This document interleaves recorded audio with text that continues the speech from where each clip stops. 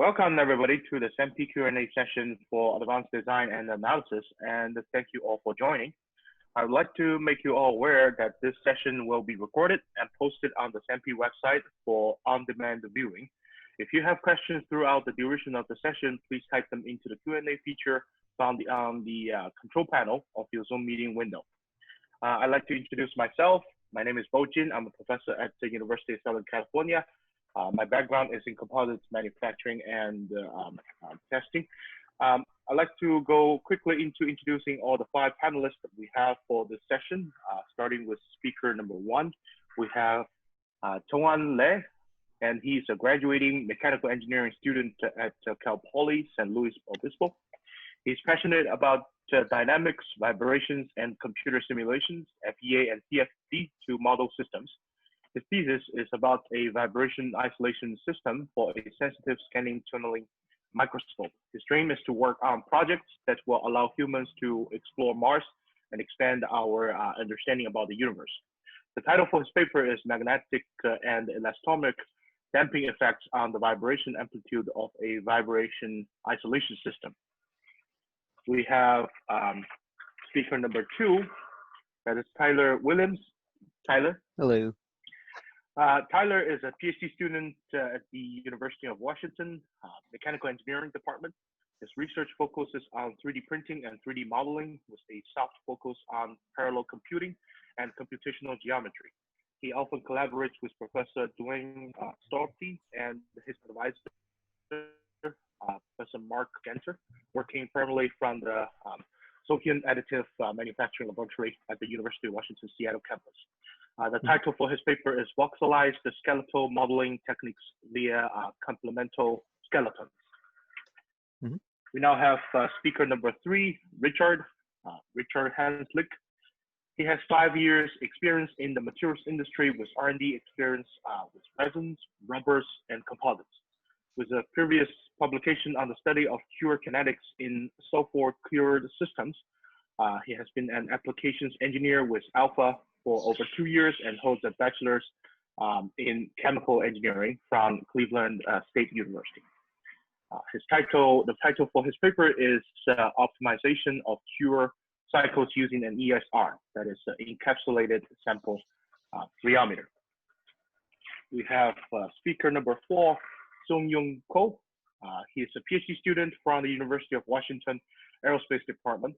His primary research area is to characterizing experimentally and numerically fracturing behaviors of discontinuous fiber composites. The title for his paper is Stochastic Computational Modeling of the Fracturing Behavior in Discontinuous Fiber Composite Structures. Our last speaker is Mohammad Sayem bin Abdullah. He is a graduate student at the University of Washington, pursuing his PhD in mechanical engineering.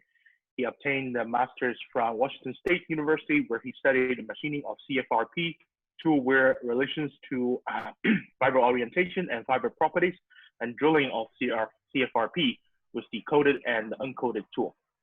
The title for his paper is a study of cutting-edge geometry change and the surface roughness in drilling of carbon fiber reinforced plastics using uncoated and coated tools. Okay, so we have our 5 speakers here. We will start with some questions for our first speaker, Toan. Toan, first question for you is VIS features 2 spring elements that provide for elastic response. Have you considered adding viscoelastic elements to damp the elastic oscillations? How might you incorporate these into a modified design? Thank you for your question. Let me share my presentation real quick. Here it is, so I can explain it a little bit better. So in the previous design of the vibration isolation system, if you can see it, the pointer here, the microscope sitting on top of the stage, and we have 4 vertical spring. So the old system, what they did was they add the Viton spring, they wrap it around the spring to add some elastic damping into it, some viscoelastic damping. But in the new design, from my analysis of the transmissibility plot, let me go to that transmissibility real quick. I have to add an additional slide to explain that question. So here's the transmissibility versus frequency ratio plot. So what happened is, if you look at the transmissibility here, in the region of vibration isolation, if we add too much damping into it, then we will have will not achieve the vibration isolation effect that we are looking for. So it means that if we have too much damping, the transmissibility ratio is going to be increasing. So in fact, in one of the research paper, the way they did was they added the magnetic damping ratio of about 0.55. And if you look at the transient response, the amplitude is actually a little bit bigger than what you have with just the string. So one of the methods is to add the Python string wrap around the spring, but it turns out that we don't need that much damping for the vibration isolation system. It's just a little bit of it. So my analysis comes out to be just about 0.1 or 0.2, and that's the maximum that we're looking for. So we have a solution for that, but turns out we don't need that. Good. Thank you, Toan. We have a question for Taylor. Question for Taylor is this modeling approach be applied to other 3D printing objects of metals, ceramics, or composites? Alrighty. Well, thank you very much for the question. For the modeling approach that I went with, the primary intention that I was going for initially was generally doing a standard filament-based FDM or FFF styled printer, but there isn't necessarily anything that would directly limit skeletal modeling to that explicit type of 3D printing. You could very easily also apply the methodology to any objects that you are intending to manufacture via a selective laser sintering or a vat photopolymerization type 3D printing technique as well. There isn't necessarily anything that marries the methodology to a direct material, but the main idea that I had in mind when I was working with it was the standard desktop cheapo 3D printer that you could get a hold of. But every single 3D printer has a resolution limit, and the skeletal modeling techniques that I discussed are primarily helpful. Well, one of the primary reasons that I find them helpful is that they allow you to enforce these resolution limits in the model itself. So theoretically, you could apply it to pretty much anything. Good. Thanks. We do have a question for speaker 3, Richard. Richard, could you elaborate what are the advantages of your systems when comparing to other models like TA instruments? I'm sorry, could you repeat that last sentence? Yes. Could you elaborate what are the advantages of your systems when comparing to other models like TA instruments? So are we discussing moving diameers, or are we comparing different types of instruments, DSCs, DMAs? Yeah, I think so. I think maybe your rheometer, your DSCs, comparing to other like TA instruments, rheometers. Well, if we're discussing rheometers exclusively, the largest advantage of the encapsulated sample rheometer is the flat die system, which was designed for thermoplastics as well as composites. It reduces slippage. Slippage is where when the dies are oscillating, the material actually slips out of the grooves.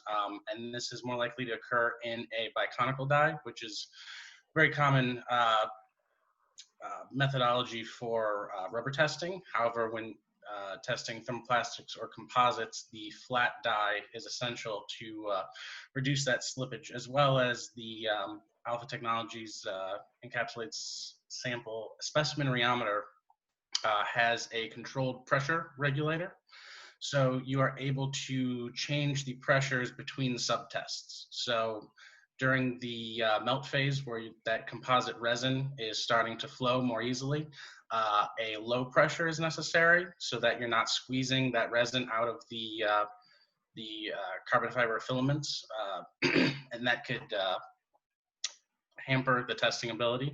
So at that melt phase, you want a low pressure, and then during the cure cycle, you're going to ramp that pressure up a little bit, and you're able to do that with the pressure regulator. And then for the after cure, you want as much pressure as possible to prevent that slippage that I mentioned earlier. So those are probably the two largest advantages of the encapsulated sample rheometer when dealing with the composites or thermoplastics. Thank you, Richard. We do have a question for speaker 4, Seunghyun. So Seunghyun, what determines the 4 different aspect ratio of the platelets that you have? Okay, let me share. So for those of you who doesn't know what I'm talking about, so mine, my composite, it's a discontinuous fiber composite made of these platelets. And this platelet acted as sort of another engineer parameter for composites. So if you look at here, this is quite square chips right here that are used in many industries. So what I have studied is sort of rectangular shape. So each of them has pros and cons. So when it's a square, it's more regular, so it's more easy to, I would say, manufacture and use it. But when it's narrow and long, it gets more easy to flow. In some cases, you need flow. So it sort of depends on the what aspect you are trying to capture using this composite. So yeah, there's a pros and cons on that. Thanks, Seunghyun. We have a question for Mohammad. Mohammad, why did the aluminum, chromium, silicon, titanium coating yield lower wear?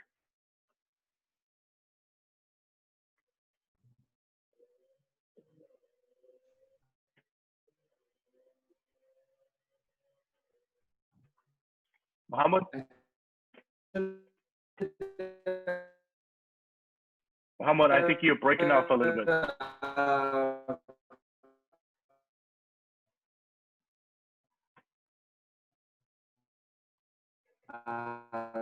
Several reasons for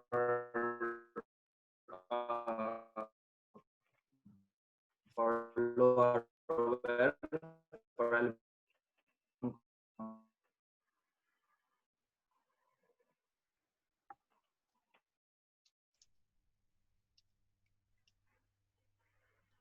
Mohammad? Sorry, I was breaking up a little bit. Could you repeat what you just say?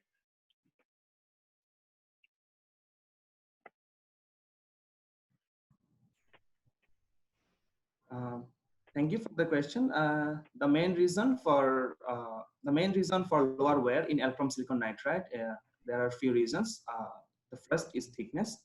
The alchrome silicon nitride coated tool has highest thickness among the other tool we inspected, and the alchrome silicon nitride coated tool has thickness of 7.3 micron compared to the other coated tool we used was BAM coating, which was 3.5 micron.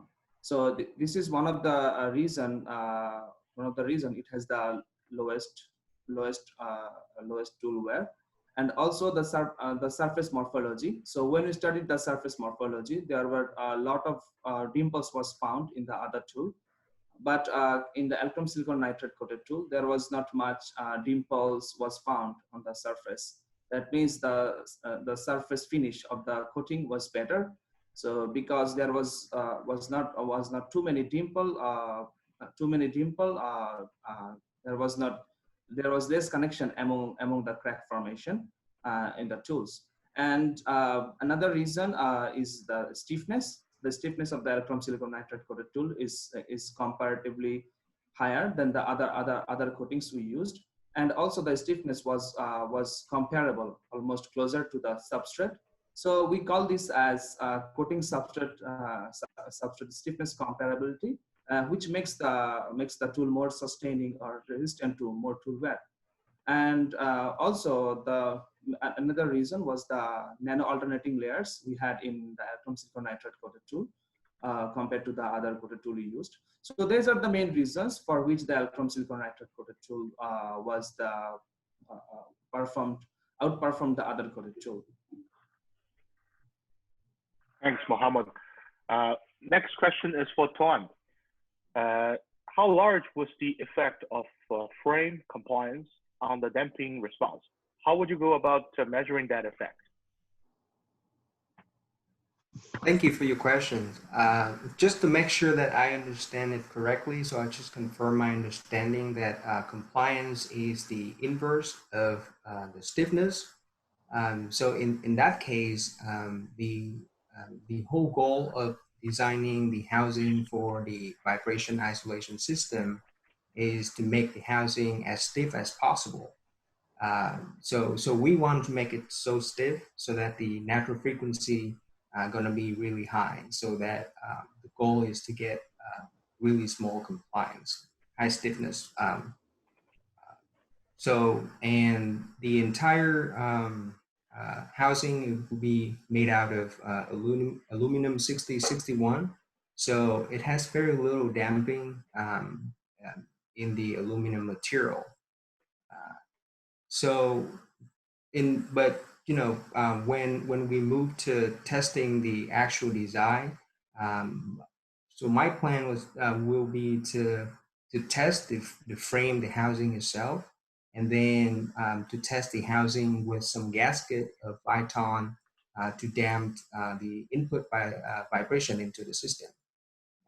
And then the system, the entire housing has 2 gaskets of Iton. So we're going to test the frame, the housing itself, the housing in 1 gasket, and the housing with 2 gaskets. So we're going to overlay all of them on just one plot, and you can look at the time response of the whole system when you put in a shaker. And if we want to find the damping ratio, we can measure using the log decrement method. That's all. Thank you, Toan. Next question is for Taylor. Any comments about the voxel size and its sensitivity on the skeletal modeling? Righty. So for this one, I actually do have a model. So let me just get my screen share set up. Not immediately directly relevant, but I really like how this one turned out, so I'm going to show it anyway. So the voxel size you can kind of see here in that it's fairly small. It gets a little bit rounded off around the corners, but generally what you want is several voxels thick on the sort of thinnest portions of the model. So we can see here at the tip of my nose that this is probably a good 7 or 8 voxels across, and that leads to a bit more definition that can be provided in the skeleton itself. So that is generally what I would set as a recommended lower limit on the recommended upper limit on the size of the voxels. Any smaller than that, or as the voxels get smaller than that, you're going to get higher resolutions, and that can provide you with a thinner skeleton, which then provides you with a higher resolution output model. Much higher than that, you start ending up getting rounding. So it can kind of take the resulting object and it effectively fillets all of the edges and corners for you, which if you want that, that's great. But trying to keep the crisp corners was something that I was working pretty hard to do with some of our original algorithms. Let's see, I believe that covers that. Let's see, did I have any other notes? Nope. Well, yeah, pretty much empirically, the smaller the voxels get, the higher resolution you can get in the output. However, it is a, well, the voxel model tends to be a cube or a, well, it's a 3D array. So the bigger the array is, the smaller the voxels are, the longer the computation time. So it's a lot of trade-offs, and generally around 4 to 8 voxels for the minimum feature size tends to lead to pretty good results. Thank you, Taylor. Mhm. We have our next question for Richard. Richard, you mentioned the actual kinetics of prepreg should be verified via mechanical testing when dealing with layered system. Could you elaborate how to do that? So the concept of the kinetics software package with this instrument is we are using the increase in the torque registered by the instrument as the composite is curing to then correlate that to the amount of cross-linking. And from that, we're able to calculate the percent conversion. So we are now able to mechanically verify those kinetic components such as activation energy, reaction rate, and incubation time. And all of these are very useful when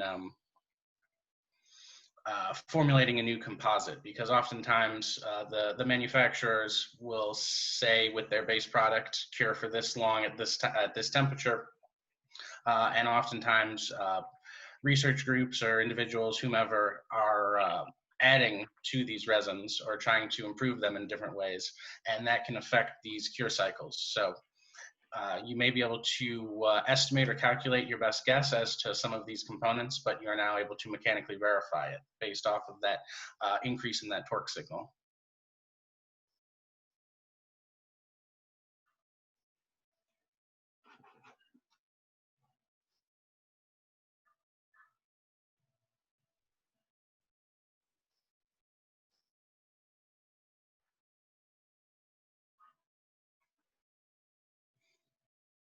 I think he's frozen. It's bound to happen eventually.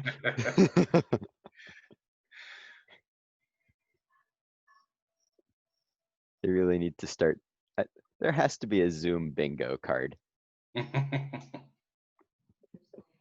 guys, it's Brianna. Let's give it a second. I think Bo's turning off his webcam. Mhm.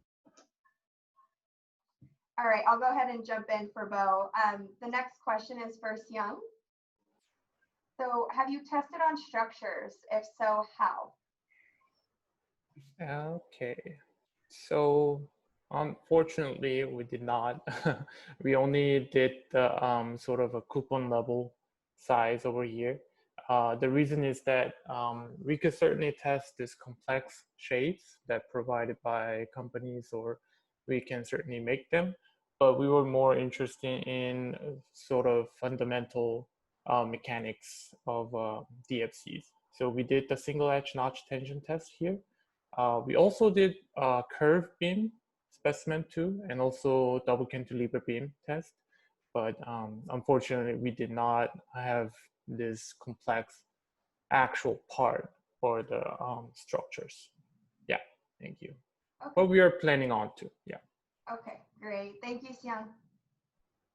The next question is for Mohammad. Bo, I see you're back if you want to jump back in. Oh, I'm back. Sorry, I got kicked out. No worries. Take it away. Okay. Our next question for Mohammad. So what other processes could be applied to create holes in composites, and what drawbacks and advantages might these processes process? Layers, abrasive machining.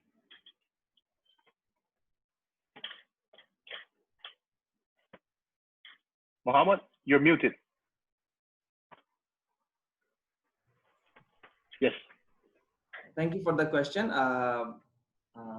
The other processes that can be applied for creating holes can be like laser and abrasive water jet drilling. So they have definitely some advantages, because compared to conventional tool, you don't need to use the tool. So there is no issue with tool wear, and we know that tool wear creates the surface rough and creates a lot of damages.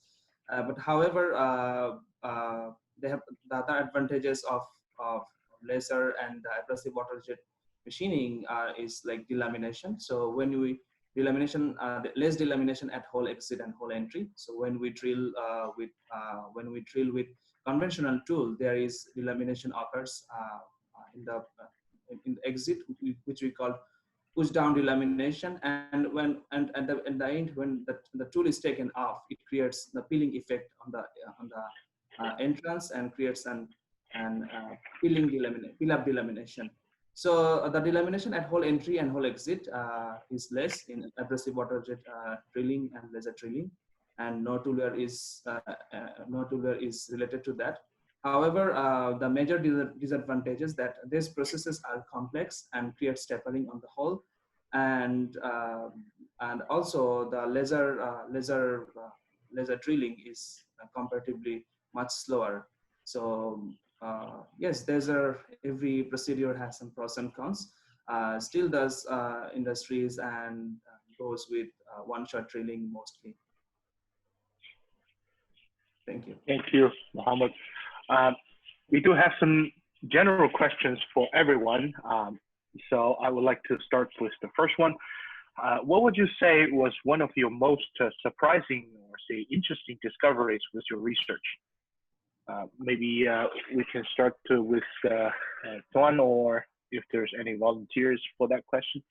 Let me repeat that question again. What would you say was one of the most surprising or interesting discoveries with your research?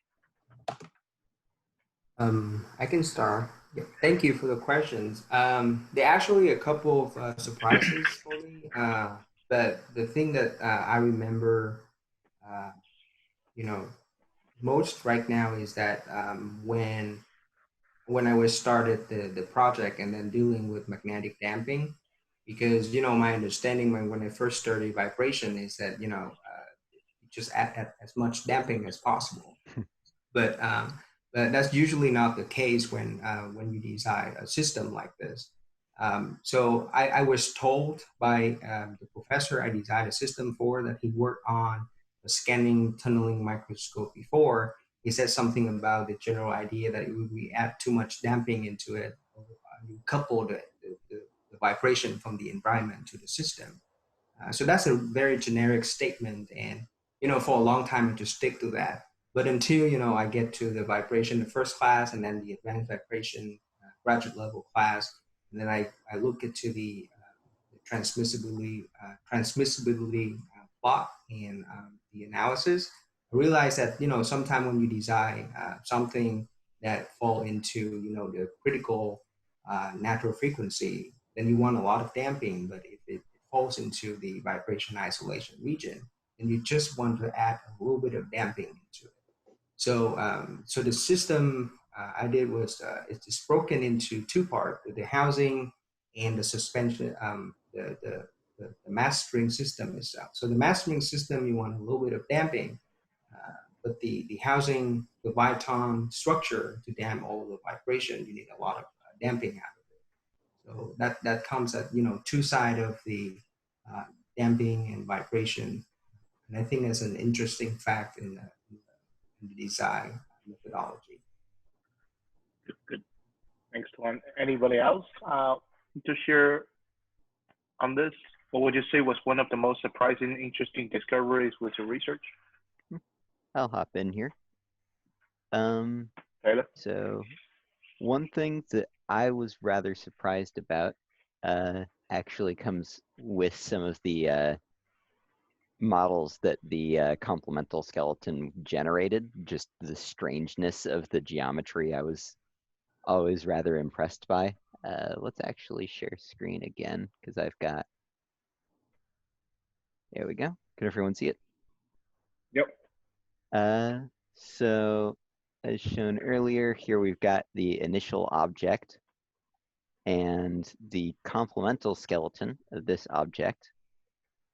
You get some really strange looking shapes out of the basic geometric concept of the complemental skeleton. So I was just rather surprised at the bizarreness of the geometry that lies between the skeleton itself and the surface of the object.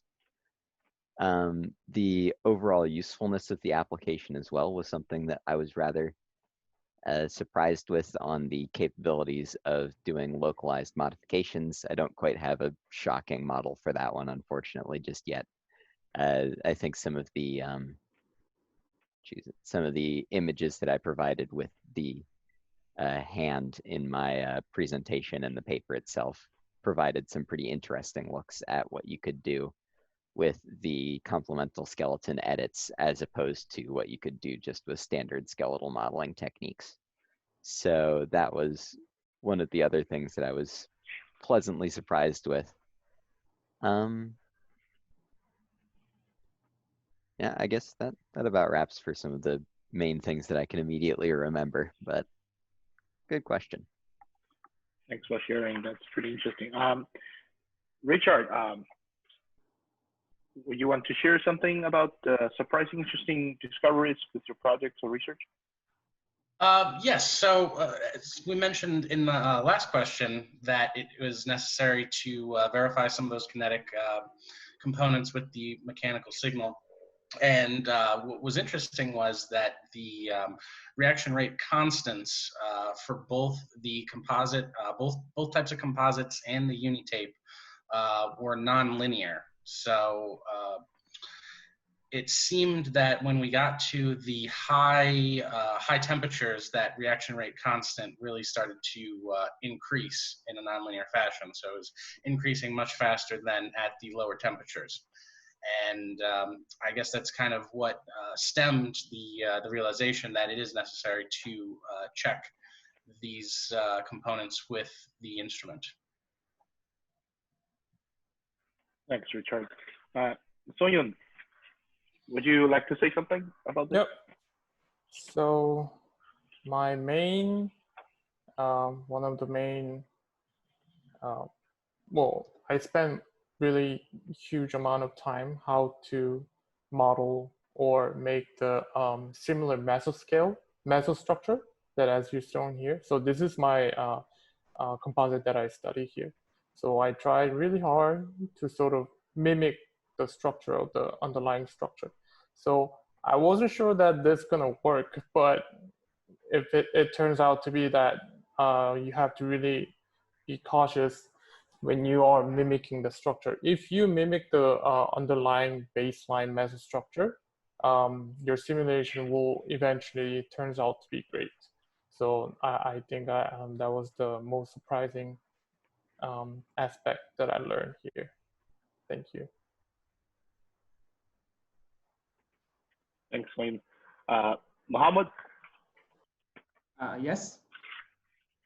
Yeah. would you like to say something? Yeah, I have something to interesting discovery to show. Let me share my screen.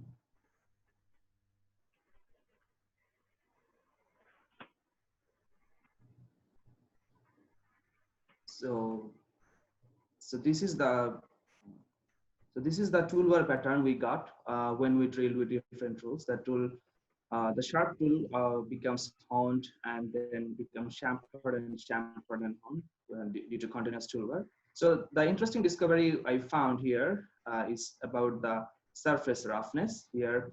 So at the beginning, the surface is comparatively smooth and there are a few fiber pullouts. And when the tool becomes more dull, that means like the tool become honed, we get a lot of fiber pullouts due to the higher contact. But the interesting thing we found that with the further increase of the tool, there is a lot of matrix smearing happens. So we can see in the figure D here, because of the larger tool wear and the contact of the workpiece and the tool increased a lot, that the matrix in the composite got softened and it's like got softened and got smeared and filled up the gaps created by the fiber pullers. So this is something interesting I found that I never thought. I thought it's gonna increase the more tool wear you have, the surface is gonna be more rough. But this is something interesting I found, which is very different characteristics of composite compared to the metallic counterparts. Thanks, Mohammed. Um, we do have another general question for all the panelists. How do you see the future influence of this project that you're working on?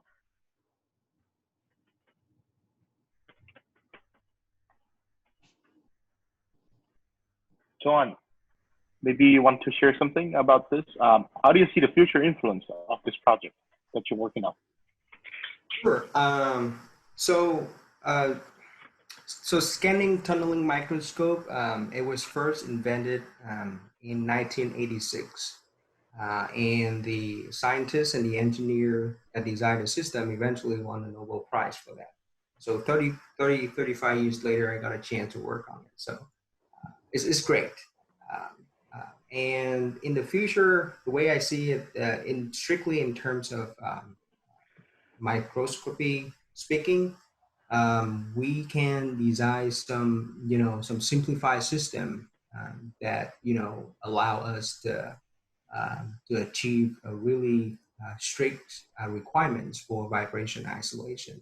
In fact, during the research, a lot of papers that I've read and the requirement for material to be used in vacuum, I pull it from LIGO, which is the laser interferometer gravitational observatory. So in that lab, they detect the gravitational waves by designing a system that can achieve vibration isolation to the what I think what they call the subhertz. So it's lower than 1 hertz. So for our system, when we get to 1 hertz natural frequency of the mastering system, is extremely hard, and that's kind of like take a lot of assumptions into the design. But their system is a multi-stage system, and they were able to detect gravitational wave. So I think in terms of microscopy speaking, the future is that we can prove some theoretical concepts like gravitational waves right now using the scanning, the vibration isolation system. And the research in terms of magnetic damping and viscoelastic damping is very useful in aerospace industry. For example, if you use magnetic damping in any aerospace application, so you can control the damping of the system based on the magnetic flux using electromagnetic equipment. So I think that's one of the, kind of like branch out from the area of microscope into other areas that would, allow humans to go to Mars and all of the aerospace applications. Thanks. Taylor, what do you see the future influence of this project, and what are the next steps for this topic, for the project that you're working on? Very good question. So as far as future influences go, I think that this definitely has some potential as a tool that could be used in future 3D modeling software. One of the sort of direct applications or next steps to sort of consider would be an integration with some pre-existing slicing softwares. I think that would be like one of the most realistic steps forward. So pretty much something that would have a skeletal modeling and complemental skeletal modeling input within the software that you would use to set up your models for a 3D printer to actually be able to manufacture them. Let's see. As far as next steps go, I want to get some more work done on adding some of the basic 3D modeling techniques that already exist and applying them to the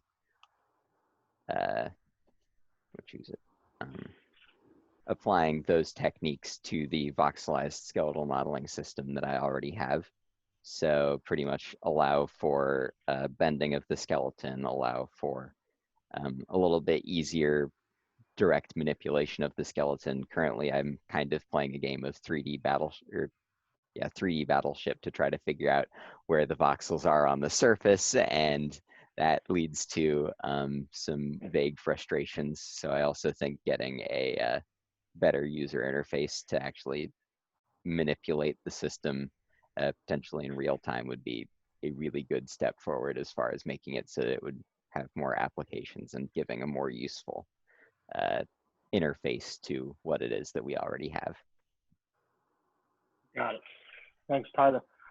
We do have a question from the audience for the whole panel. Some of you have mentioned the industries your work is currently being utilized in. But if you had the opportunity, where would you like to see your work applied? Seunghyun, where would you like to see your work applied, these platelet materials? Oh yeah, that's good.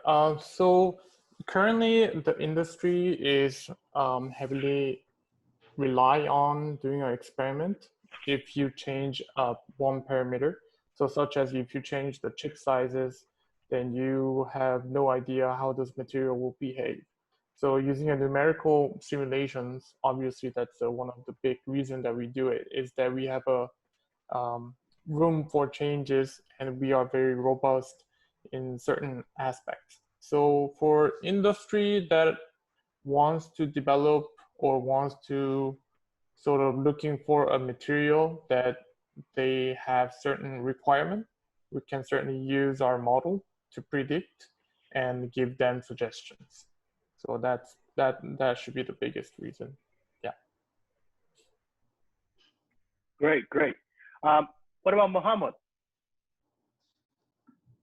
What do you think this will be applied in the industry? And also, what do you think the next steps for the topic you're working on? Okay. Actually, this part this study is a part of trying to get the coating solution for aerospace industries. We know that aerospace industries use a lot of carbon fiber reinforced plastics and other composites, and they always have issues with tooling. So positive that the different coating we used, and that will lead us to get a coating solution or the best coating for different industries. And the next step of this project can be we can look into the other whole quality aspect, like whole delamination and the decrement of the whole size due to tool wear. That means how consistent the hole is, and also we can look into the R formation in hybrid composite like CFRP and titanium stacks. So so we can try with this coating and see which coating works best in terms of consistent hole size and hole diameter, and also in reduced delamination. Thanks, Mohammad. Richard, where do you think this work can be applied in industry, and what do you think the next step for your research? So currently, this is geared mostly towards the aerospace industry to help obviously optimize with the cure cycles. So you would run a number of tests, and you would have a good idea of exactly the cure parameters you want to use. Now, the idea moving forward is to implement some control systems so that we currently have a partnership with another company who actually uses thermocouples and a couple other instruments to monitor what's happening inside the autoclave and feeds that information to the ESR. And from that, moving into the future, we'd like to start incorporating some sort of feed-forward control where the autoclave is passing information to the ESR. Now the ESR is receiving this data and applying it to the sample inside the ESR. And then based on those results, being able to then feed that information back to the autoclave and adjust the cure conditions so that you're getting the desired final product properties as well as the shortest cure times possible. So I guess moving forward is we would really like to implement that ability to control a process autonomously. Thank you. Excellent, excellent. I'd like to thank you for everyone. Thank you for the excellent answers. I'd like to close this with thank you for all the participating in this session. If you have additional questions, please feel free to fill out the form on the track landing page on SAMPE North America website, and the SAMPE will follow up. Make sure to check out the content being released next week for the additive manufacturing track within the virtual series. And we're hoping to see you in more of the future SAMPE events. Thank you. Thank you.